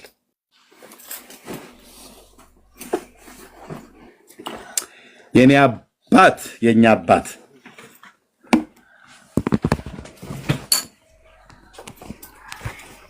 ከዛ ዓለም ሁሉ ነው የሚተረማመሰው። ያ እንደዛ ሌዋውያን ካህናት በሙሉ ነው ስብሰባ ሳይቀመጡ አይቀሩም። በዚህ ጉዳይ አልተጻፈም፣ ለትምህርታችን ይሆን ዘንድ የተጻፈው ተጻፈ እንጂ ስብሰባ ሁሉ ሊቀመጡ ይችላሉ። ይሄ ሰውዬ ሄዶ ለዛ ለንስሐ አባት አይባልም ሲጀምር ለሌዋዊው ካህን አሳየው። እንደ ሙሴ ሕግ መባና መስዋዕትን ያቀረበ ለምጽ የሚባል ነገር ብራዘር ታጥበህ በውሃ በእንዶድና በሳሙና የምታስለቅቀው አይደለም። እግዚአብሔር ካልፈወሰ በስተቀር ማንም እንደማይፈውስ አይሁዳውያን ያውቃሉ። ኦኬ፣ እግዚአብሔር ብቻ የሚፈውሰው ነገር እንደሆነ ያውቃሉ። እና ይሄ ሰውዬ ደግሞ ሄዶ የነገረው ለአንዳንዱ ማን ያ ኢየሱስ ነው። አዎ፣ ኧረ እኔ ስሙን አትጥሩብኝ ብሎ እንደሚለው ምንም ስሙ እንዳታጥሩብኝ። ምን ነው ምን አደረገ? ሃይማኖታችን እንዲናቅ እያደረገ ነው። ለሮማውያን እንትን እያለ ውሸት ማለት በሱ ላይ ሲዋሹ እኔን እኮ ከለምጽ እኮ የፈወሰ እሱ ነው። አዎ ይፈውስህ፣ ግን እኛ ምክንያቱስ ምን ብለውታል? ዮሐንስ ወንጌል ምዕራፍ 9 ላይ ይህ ሰው ኃጢአተኛ እንደሆነ እናውቃለን አሉት። ኢየሱስ ኃጢአተኛ እንደሆነ አይሁዳውያኑ ያውቃሉ። አቤት እቺ ዓለም! እነሱ ኃጢአተኛ እንደሆኑ አያውቁም። ኢየሱስ ግን ኃጢአተኛ መሆኑን ያውቃሉ። እግዚአብሔርን አክብር አሉት።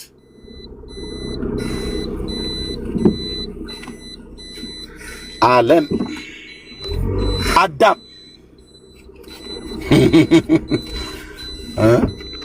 ኢየሱስ ኃጢአተኛ መሆኑን ያውቃል። ራሱ ግን ኃጢአተኛ መሆኑን ግን አያውቅም። ህዝቡን እንደዚህ ነበር። እግዚአብሔርን አክብር፣ ይህ ሰው ኃጢአተኛ እንደሆነ እኛ በእውነት እናውቃለን እና እባክህ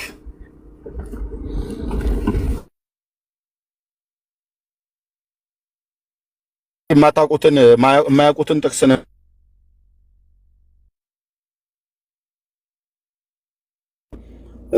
ልጆችን ይዤ ወደ ትምህርት ቤት እየነዳው ስለሆነ እናንተ ጥቂት አውሩ አለው። እንቀጥላለን። በጣም ደስ እያለኝ ማለት ነው እና ቤቱን ምራው ወንድምና ቴንክ ዩ።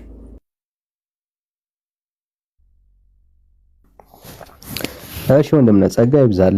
ተባረክ። በወንጌል ማመን እንዴት ደስ እንደሚል ስሙ ይባረክ። ይሄንን መገለጥ የቃሉን ብርሃን ያበራልን እግዚአብሔር ስሙ ከዘላለም እስከ ዘላለም ድረስ ከፍ ይበል። እሺ እንቀጥላለን። ወንድም እህቶች እንኳን ደህና መጣችሁ። እስቲ ሰላም በሉንና እንቀጥላለን።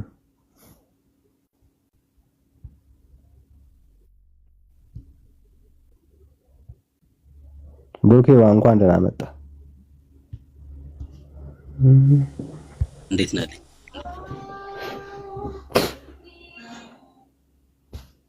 ብያለሁ።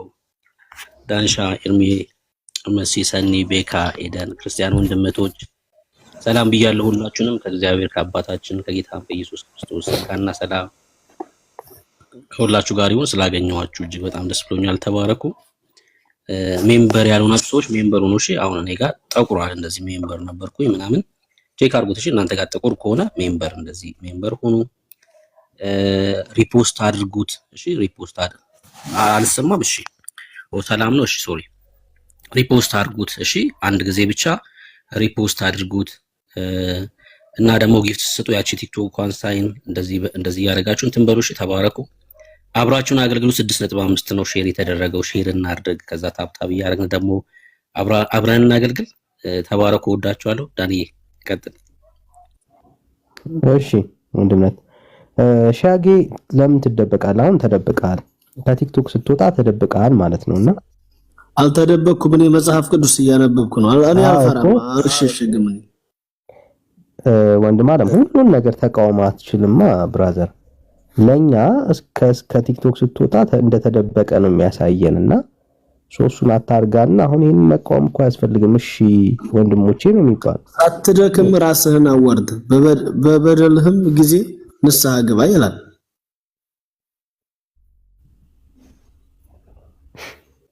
ታዲያ ካነሳ ነው ጋር ምን ያገናኘዋል ወዳጅ? ሉቃስ ምዕራፍ 5 ላይ ያለውን ሐሳብ አንስተ ራስን ለካህን አሳይ ማለት በቃ ወንድምነት ባስረዳ መልኩ ነው። ምንድነው? ንስሐ ስለመግባት አይደለም እንዴ? ስለ ኃጢአት ስለ በደል ንስሐ ስለመግባት አይደለም ዋናው ርዕሳችን እኮ። ዋናው ርዕሳችን ግን የጠቀስከበትን ሐሳብ ትዝ ይልሃል? ለምን እንደጠቀስክ? ለካህን አሳይላል መጽሐፍ ቅዱስ። አዎ ኃጢአተኛ ነኝ በደለኛ ነኝ። ኃጢአትህን ለካህን አሳይላል ነው በበደልህም እያለ መጽሐፍ ቅዱስ ላይ የለም አላልክም እንዴ? ወራዲ የጠቀስከው ክፍል ላይ ራስህን ለካህን አሳይ ያለበት ከኃጢአት ጋር ተያይዞ አይደለም። ከምን ሳትደክም ራስህን አዋርድ አለህ።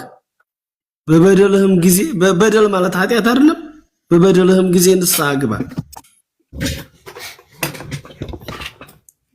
ወዳጄ ንስሐ ስለመግባት እኮ አይደለም አሁን የጠቀስከው ክፍል ላይ አሁን ማለት አንዴ እያሰገጥን እናውራሽ ብራዘር። ለምንነት አሁን ይዞት የመጣው ጥቅስ አለ የቱ ጋር ነው ብሎ የሚለው እሺ ሳትደክም ብሎ የሚለው የቱ ጋር ነው ብሎ ያለው? ንስሐ ግባ ብሎ ሲያለ የቱ ጋር ነው? አሁን ያልከውን ቃል ያመጣው ቃል የቱ ጋር ነው ያለው? እሺ አንዴ ከዘረገፋችሁ ታገሱን እሺ። ድጋሚ ትገባላችሁ። ወንድምነት እንትን እያለ ነው ስታክ እያደረገ ነውና እሺ ወገኖች ፕሊስ እቺ የቲክታክ ሳይኗን ጊፍት አለች አይ ቲንክ $2 $3 እንደዚህ አይነት ነገር ትሸጣለች ይመስለኛል። አይነታ እንደዛ አላት። ወንድሞች እህቶች ጸጋ ይዛላችሁ። በተለይ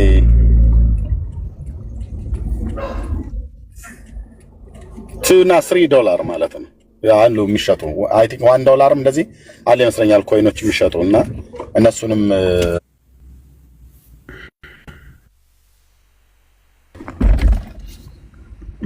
ተባረኩ።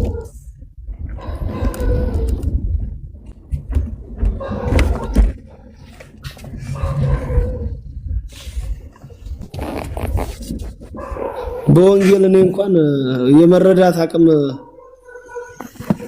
ስለሚያስፈልግ ነው። ወንጌልን እኔ በደንብ ነው አነግረን። ጥቅሱን ነገረን ብራዘር።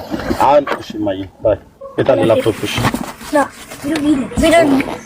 ወይ ወጣው እዚህ We don't read a code book. Okay. Bye. Good night. Good.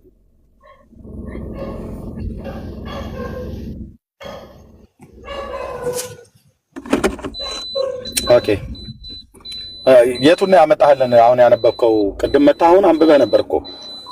ኃጢአትን ሳትደክም ተናገር አሳይ ምናምን ብሏል ብሎ የሚሉት የሆነ ነገር እኮ ብለህናል። ሸጌ እኮ ሳትደክም ራስህን አወርድ፣ በበደሉም ጊዜ ንስሐ ግባ። የቱ ጋር ነው እንደዚህ የሚለው? ክፍሉ የቱ ጋር ነው እንደዛ የሚለው? መጽሐፈ ሲራክ። ሲራክማ ተው፣ ሲራክ ዝም ብሎ እንተፈንተው እኮ ነው ብራዘር። ለምን ነው እንተፈንተው? ሲራክ የእግዚአብሔር ቃል አይደለም። አቶ ሲራክን እዛው ተዋቸው። እሱ የእግዚአብሔር ቃል አይደለም። እሱ የእናንተ የተረት መጽሐፍ ነው። እኛ ከእግዚአብሔር ቃል ተጠቅሰልናል ብለህ ስትል መጽሐፍ ቅዱስም ማያውቀው መቃብያን እሱም የአይሁድ ተረት ነው ብራዘር። መጽሐፍ ቅዱስ ላይ አይደለም ባይብል ላይ አይደለም። ይሁን አይደለም ብራዘር፣ እኛ አንቀበልም እንደሱ አይነቱን መጽሐፍ።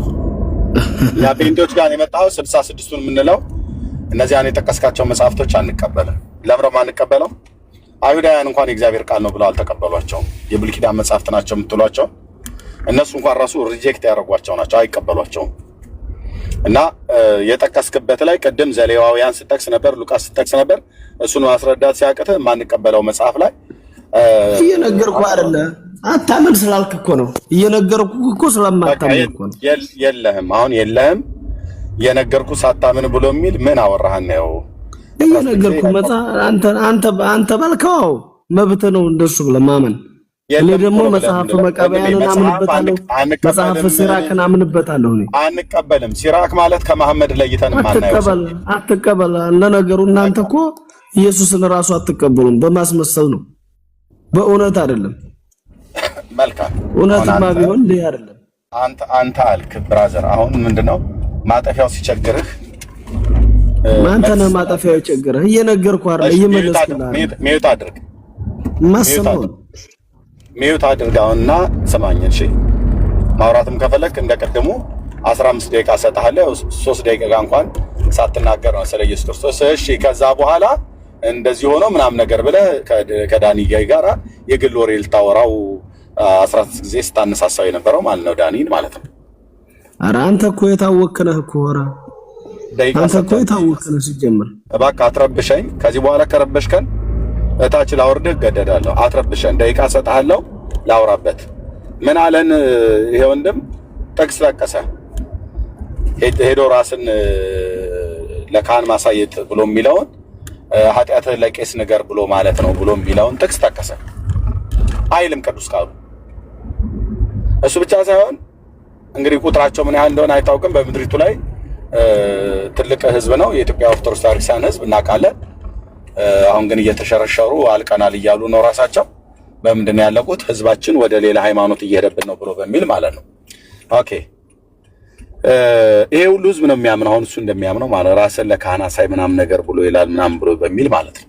አይልም ቅዱስ ቃሉ ራስን ለካህን አሳይ እንጂ ራስን ምንድነው ኃጢአትን ሄደ ለካህን አሳይ ወይ ኃጢአትን ሄደ ለካህን ተናገር የሚል የለው። ስለዚህ በሌለ ነገር ላይ ነው የምታደርጉን ማለት ነው። የሚጠቅሱላችሁ ቄሶች እንኳን ራሱ አያውቁትም ክፍሉ። እስኪ ካለ 2 ቦታ አለን የኦርቶዶክስ ቤተክርስቲያን ቄስ የሆነ ለህዝቡ ንስሐ ስትሰጡት ይሄን ክፍል እየጠቀሳችሁ ኃጢአትን ለቄስ ነገር ብሏል ብላችሁ እያላችሁ ይሄንን ህዝብ የምታምታቱት ካህናት የሆናችሁ ቄሶች የሆናችሁ 2 ግቡ። እዚህ ተደብቃችሁም ከበስተኋላ የምትሰሙ እዚህ ውስጥም ገብታችሁ የምትሰሙ ማለት አይልም። እኛ ፊት የመናገር ይሄን ቅዱስ ቃል የመተንተኑ አቅም ካላችሁ ኑና እስኪ ንገሩን፣ በያው ጌታ ፊት ማለት ነው። እየታበየው አይደለም፣ እየኮራው አይደለም። እናንተ አቅም ኖሯችሁ ይሄንን ሉቃስ 5 ማቴዎስ 8 ጠቅሳችሁ ኃጢአትህን ለካህን ተናዘዝ ብሎታል፣ ለቄስ ተናገር ብሎታል ብላችሁ ራስን ለካህን አሳይ ብሎ የሚለውን ቃል አጣማችሁ ለህዝቡ ተርጉማችሁ ይሄን የዋህ ህዝብ ግራ የምታጋቡት። እስኪ 1-2 ቄስ ይምጣ፣ የኦርቶዶክስ ቄስ እንጠብቃለን። ወንድም የጥሪ ማነው ወንድም ጥሪ ያቀርብላቸው እንጠብቃለን ይምጡ ኑ ግቡ የኦርቶዶክስ ቄሶች ሆናችሁ እስኪ ንገሩን እኛ እንስማ 15 ደቂቃ እንስማችሁ የሉቃስ 5ን ወይ የማቴዎስ 8ን ላይ መነሻ አድርጋችሁ ለንሳ ልጆቻችሁ ትንታኔ የምትሰጡ ኑኛ ፊት ሲመታችሁ ትንታኔ ሰጡ እንጠይቃችሁ እናንተም ጠይቁን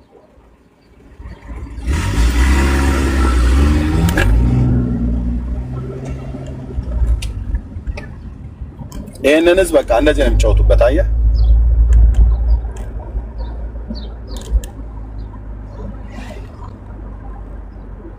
ና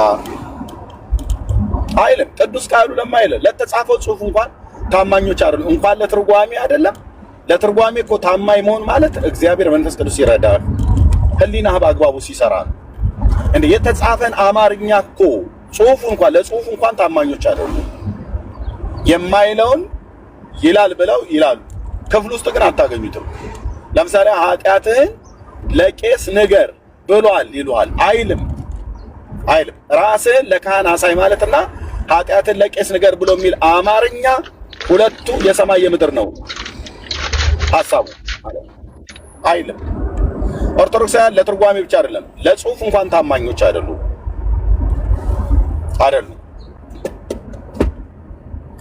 የተጻፈን ይቀንሳሉ ያልተጻፈን ይጨምራሉ ይሄ ደግሞ አንዱ የኃጢአተኛ ህዝብ ባህሪ ነው ማለት ነው ለጽሁፍ እንኳን ታማኝ ሆኑ ትርጓሜው ላይ እንኳን ታማኝ ባትሆኑ ለጽሁፉ ታማኝ ሆኑ ለቴክስቱ ታማኝ ሆኑ እና ጌታ ይባረክ እሺ የገባው ሰው አይ ቲንክ እንግዳ አጭርነት ነው እንዴት ነው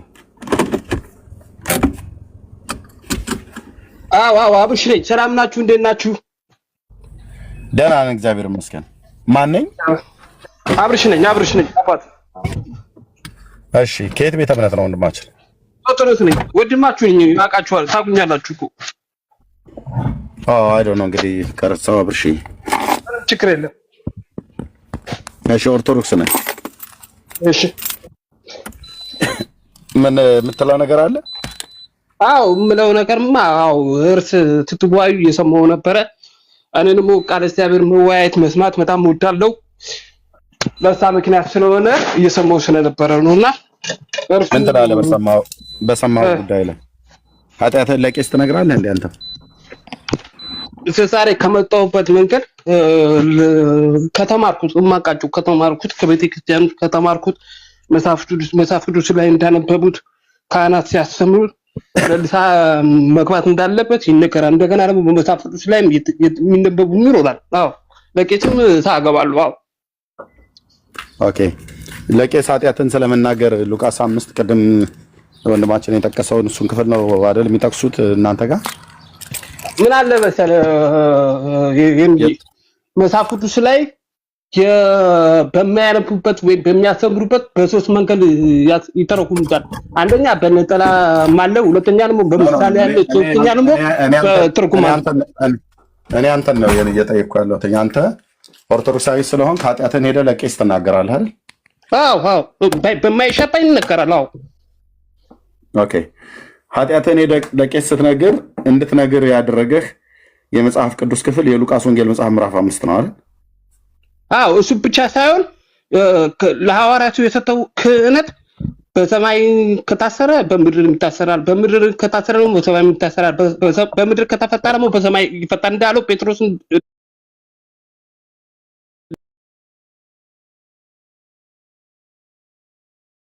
ለመፈታት ነው ቄሶቹ ጋር የምትሄዱት ማለት ነው ከተማርኩት ማቃቸው ከስተውስታው ልክ ነው እሺ ስለዚህ እዛ ስትሄዱ ካህን ኃጢአታችሁን ልትናገሩ ነው አይደል አዎ የሰራን በደል ኃጢአታችን ለካህናቱ እናስጣለን አዎ ኦኬ ይሄንን ደግሞ የምታረጉት በሉቃስ ወንጌል መጽሐፍ በማቴዎስ 8 በሉቃስ 5:14 መሰረት ባለው ራስን ለካህን አሳይ ብሎ በሚለው ቃል መሰረት ነው አይደል እሱ ብቻ ሳይሆን ሌሎችም አሉ ማርም አሉ ሐዋርያት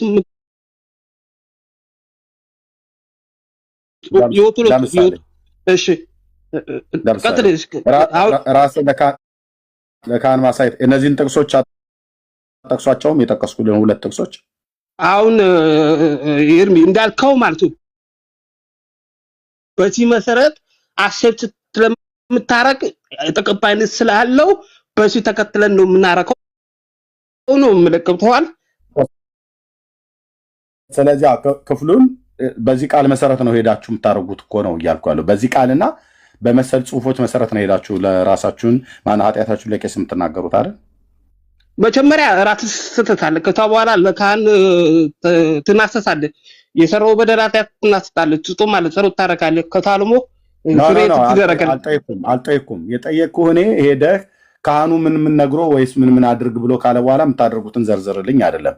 በመጀመሪያ አሁን በጠቀስኳቸው በሁለቱ ክፍሎችና በመሰል ጽሁፎች መሰረት በዛ መሰረት ነው አይደል ሄዳችሁ ኃጢአታችሁን ለቄስ የምትናገሩት? አዎ ትክክል እንዳልከው ማለት ነው። አዎ ኦኬ። ክፍሉ ግን ኃጢአታችሁን ሄዳችሁ ለቄስ ተናገሩ ነው እንደሚለው ጽሁፉ እንደዛ ነው የሚለው አልኩ እኮ ኤርምዬ። አሁን አንተ እንዳልከው ማለት ነው በትርጓሜው አገላለጽ በሶስት መንገድ ይነገራል አልኩ እኮ። አሁን አንተ ባልከው እኔ ትርጓሜው ላይ አይደለሁኝም። ጽሁፉ ይላል ወይ ነው ያልኩት። ጽሁፉ ይላል ወይ ማለት ትርጓሜው ይላል አይደለም። ጽሁፉ በመጀመሪያ ለጽሁፉ ቆይ አድምጣይ፣ ለጽሁፉ ታማኝ ሁንና ከዛ ለትርጓሜው ደግሞ ትርጓሜውን በ3 እና በ4 በ5 በ6 መንገድ ቢተረጉሙበት እሱን ታሳያለህ። ጽሁፉ ሄዳ ኃጢአትን ለቄስ ነገር ይላል ወይ? ይኸውልህ ኤርምዬ ቃል በቃል እኮ ነው አንተ እያደረግህ ያለው። ቃል ነው የምትሉት። ቄሱ ጋር የምትሄደው ንስሐ አባት ጋር የምትሄድበት ምክንያት ኃጢአትን ለቄሱ ልትናገሩ ነው። እሺ ይኸውልህ ኤርምዬ ለመግባባት ያን እኔ ረጅም ማውራት አልችልም። ትንሽ ነው ማውራት የምችለው ይቅርታ። እና አሁን ምን አለ መሰለህ ሉቃስ 5 ምዕራፍ 5 ቁጥር 14 ላይ ይድናል ለራስህ ለካህን አሳይ የሚለው ክርስቶስ ላደረከው ይሄ ነገር በክህነት በኩል በሐዋርያት በተቱት መንገድ ስላለ አሰብት እናረከዋለን ነው በሚለው መንገድ ነው እንደዚህ አድርገን የምናስበው። ከበኋላ አባባሌ ክልስ ላይ ማለት አልገባኝም። አባባልህን ሳይሆን እኔ ቅዱስ ቃሉ ጽሁፉ ቴክስቱ እንደዛ ይላል ወይ? ምን ይላል? ጌታ ራሱ ያን ሰውዬ ምንድነው ያለው? ያንን ሰው ምንድነው ያለው? ጌታ ቀጥታ ያለው ያው ከከተሞቹ በአንዲቱ ሳለ ለምጽ የነበረ ሰው ሰገደለት፣ ለመነውና ከዛ ንጻ አለው። ከዛ ምን አለው?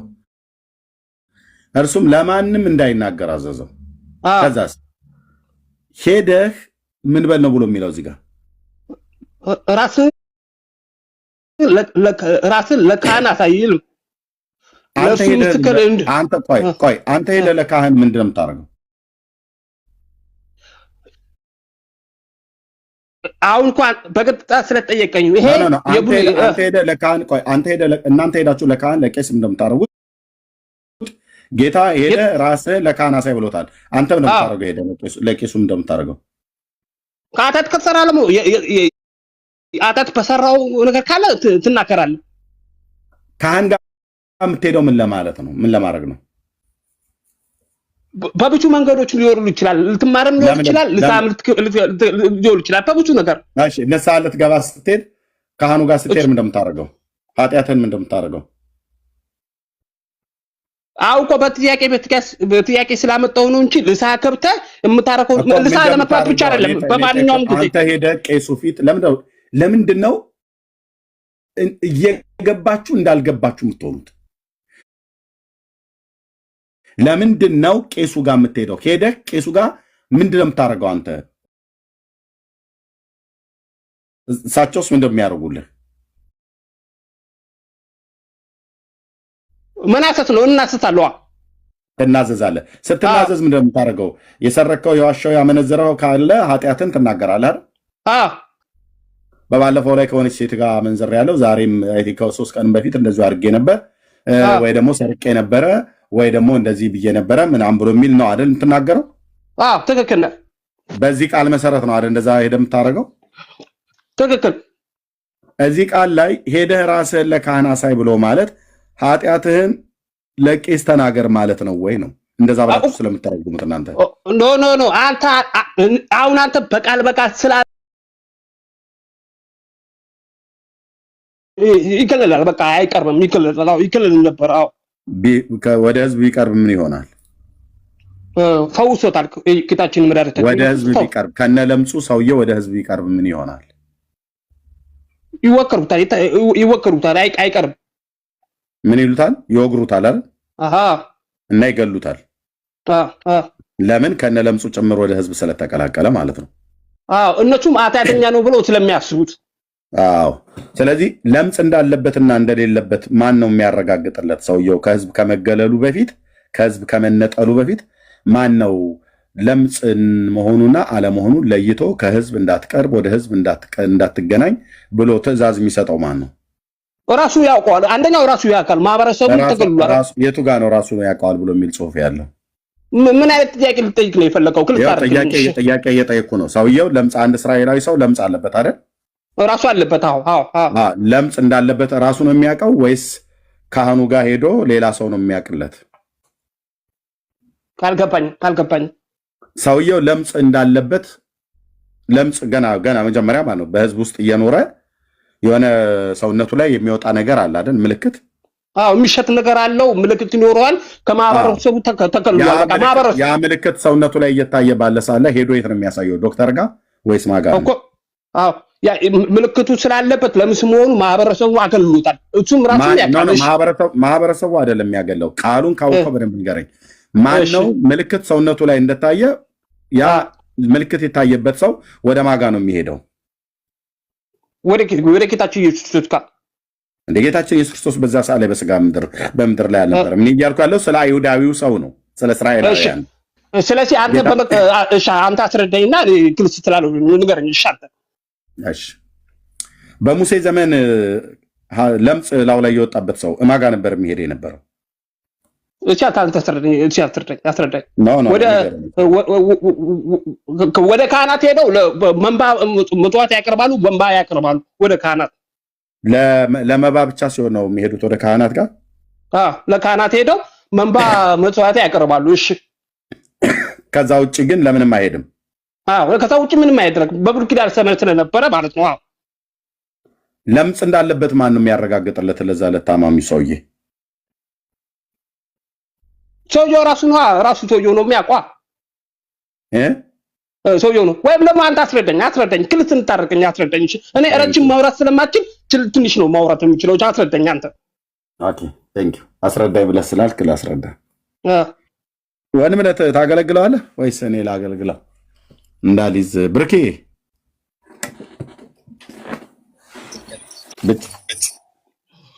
ተባረክ። አገልግለው ወንድምነት። አይ ቀጥል። ጨርሱ። ኦኬ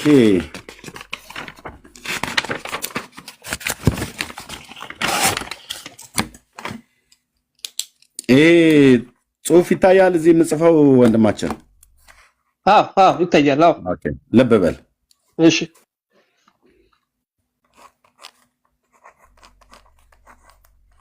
ኪዳኑ ቤት ነው ማለት ነው። በብሉይ ኪዳን ነው። በብሉይ ኪዳን ስለ መንጻት ሕግ የተጻፈ አለ። ሰው ሴትም ከሆነች የሚፈስ ነገር፣ ወንድም ከሆነ በቆዳው ላይ በሰውነቱ ላይ፣ እንስሶችም ከሆኑ እንኳን ሁሉ ጭምር ነውር የሌለባቸው ብሎ ይላል። ስለ እንስሶችም ነውር ብሎ የሚለው ለምሳሌ በውሻ ያልተነከሰ፣ በዱር እንስሳ ያልተነከሰ፣ ያልተነደፈ፣ ሰውነቱ ቆዳው ያልተላጠ ወይ ሰውነቱ ከአንድ ቦታ ያልተበጨቀ ወይ እከክ ወይ እንደዚህ አይነት ነገር እባጭ የሚመግል የሚፈርጥ ነገር ያለበትን በግ እንኳን ቢሆን ለመስዋዕትነት አይቀርብም። ነውር አለበት ይባላል። ነውር ሲቀርብ ነውር የሌለበት ነው የሚቀርበው፣ የሌለበት። እንደዚሁም ለሰውም ሲሆን ማለት ነው። ለሰውም ሲሆን ሴትም ትሁን ወንድ በሰውነታቸው ላይ ለምሳሌ እንደ እከክ፣ ቋቁቻ፣ ችፌ የሚመግል የሚያዥ የሚፈስ ነገር ካለው ወይ ደግሞ ሴት ከሆነ እንደዚህ የወር ግዳጃቸውም ሌላ መሰል ነክ ነገር ፈሳሽ ያለ ለምሳሌ እንደነሱ አይነቶችም በፍጹም አይቀርቡም። ኦኬ። ስለዚህ አሁን በዚህ አሁን በማቴዎስ ወንጌል መጽሐፍ ምዕራፍ 8 እና በሉቃስ ወንጌል መጽሐፍ ምዕራፍ 5 ላይ ተመሳሳይ ታሪክ ነው። ስለ አንድ ለምጻም ሰው ነው። ይህ ለምጻም ሰው ለምጽ አለብህ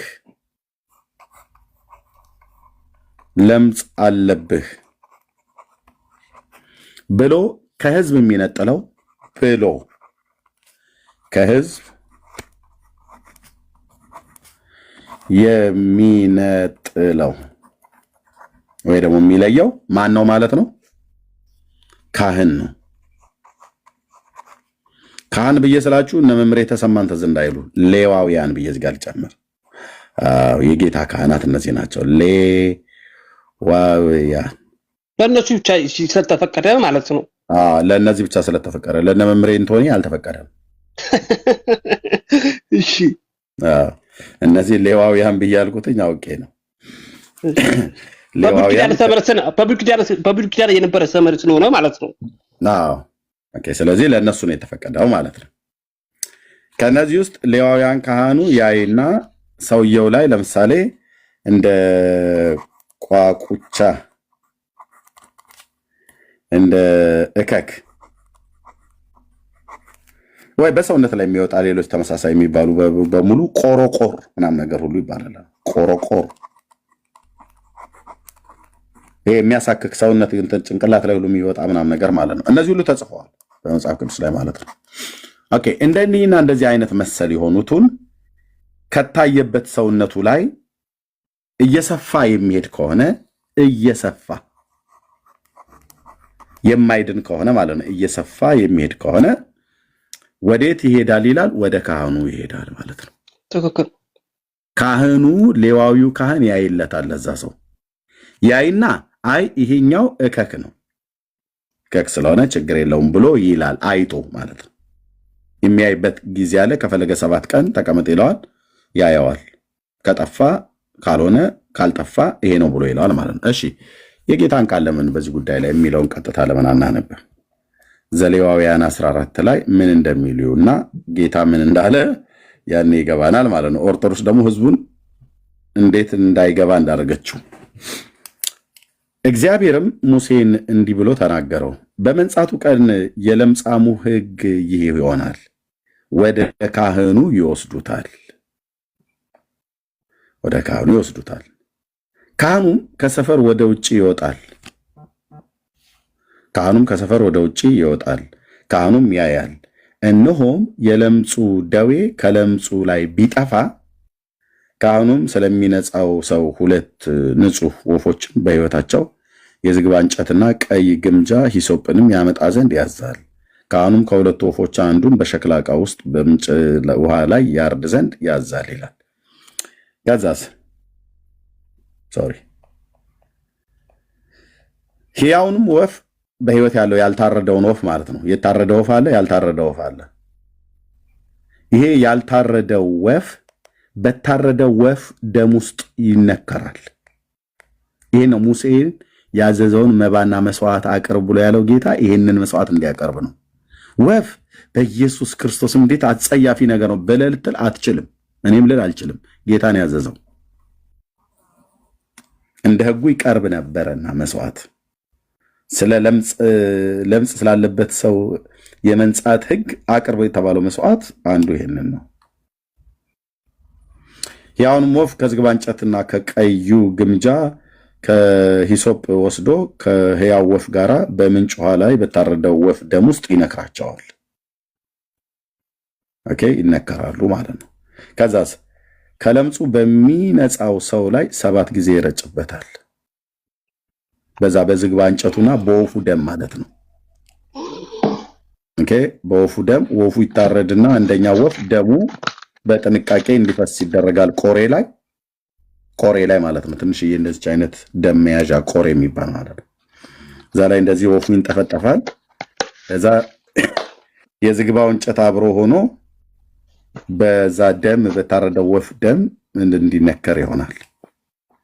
ከዛ በዛ እዛ ለምጽ ከነጻው ሰው ላይ ይረጭበታል ማለት ነው። ኧረ እንደው በእስራኤል አምላክ እንደዚህ የወፍ ደም ላይ አታስነኩኝ እንጂ እንዴት አይነት ነውረኛ ነገር ነው! ግን በጣም ያጸይፋል። እንደዚህ አይነት ነገር ተደርጎ አይታወቅም ብሎ ሊል አይችልም። ጌታ የእስራኤል አምላክ እግዚአብሔር ነው ያዘዘው። ይሄ ስርዓት በወቅቱ ቅዱስ የሆነ ስርዓት ነው። በዚያን ኪዳን ውስጥ ከዛ 7 ጊዜ ይረጭበታል። ሰውየው ላይ ነው የሚረጨው። ንጹህ ነው ይለዋል። ካህኑ ደም ከረጨበት በኋላ አዎ። ኦርቶዶክስ ቄሶች ጋር ሄደህ ምንድን ነው የሚረጩ? በጣም አሪፍ ምን ጨርስና ኦርቶዶክስ ቄስ ጋር ምንድን ነው ሄደህ የሚረጩ? ውሃ ነው። እዚህ ግን ካህኑ እንደሚረጨው ደም ነው። ሕያውም ወፍ ወደ ሜዳ ይለቀዋል። ከዛስ የነፃውንም ሰው ልብሱን ያጥባል፣ ጠጉሩም ሁሉ ይላጫል፣ በውሃም ይታጠባል፣ በንጹህም ይሆናል። ከዚያም በኋላ ወደ ሰፈር ይገባል። ነገር ግን ወደ ድንኳኑ ውጪ 7 ቀን ሆኖ 7 ቀን ይቀመጣል ይላል። ከለምጽ እንኳን ከለቀቀው በኋላ ልብ በሉ ቼክ ለመደረግ ልብሱን ከታጠበ እንኳን በኋላ 7 ቀን ይቀመጣል። 7 ቀን ይቀመጣል። በሰባተኛው ቀን ጠጉሩን ሁሉ ይላጫል። ራሱንም፣ ጢሙንም፣ ቅንድቡንም፣ ገላውንም ጠጉሩን ሁሉ ይላጫል። ያው በሙሉ ማለት ነው። ጠጉሩን ሁሉ ይላጫል። ልብሱንም ገላውንም በውሃ ያጥባል፣ ንጹህም ይሆናል። በስምንተኛው ቀን ነውር የሌለባቸውን ተባት ጠቦት፣ ነውር የሌለባትንም የ1 ዓመት እንስት ጠቦት ስለ እህል ቁርባን ከመስፈሪያው 10 እጅ 3 እጅ የሚሆነውን በዘይት የተለወሰውን መልካሙን ዱቄት 1 የሎጎ መስፈሪያ ዘይት ይወስዳል። የሚያነጻውንም ካህን እነዚህ ነገሮች የሚነጻውንም ሰው በመገናኛው ድንኳን ደጃፍ አጠገብ በእግዚአብሔር ፊት ያኖራቸዋል።